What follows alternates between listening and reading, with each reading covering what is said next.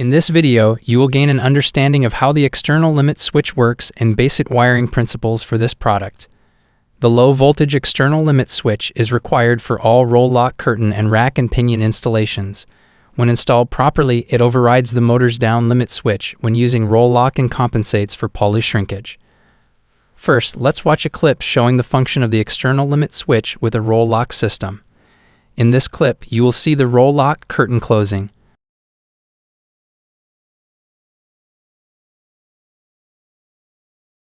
When the bar reaches the pin of the external limit switch, the motor stops. In this next clip, you will see a rack and pinion roof vent closing.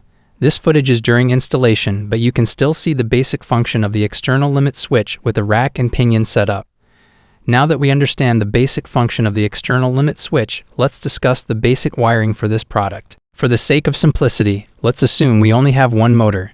The external limit switch can only be connected to one motor.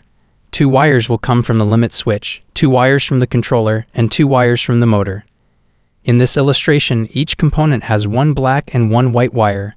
Your motor may have different color wires, possibly brown instead of black, and blue instead of white. The 3 sets of wires will meet up in a junction box and will be connected as follows.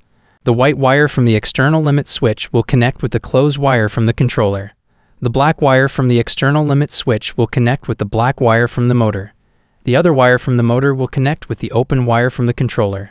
Keep in mind that the 2 motor wires can be switched to reverse the polarity in the case of the motor opening when it should be closing. More resources, including instruction manuals for mounting and installing the external limit switch and detailed wiring diagrams, are available by visiting advancingalternatives.com and clicking on Knowledge Center. If the problem is not identified or resolved from the contents of this video, please reach out to us through our website to potentially set up a technical call.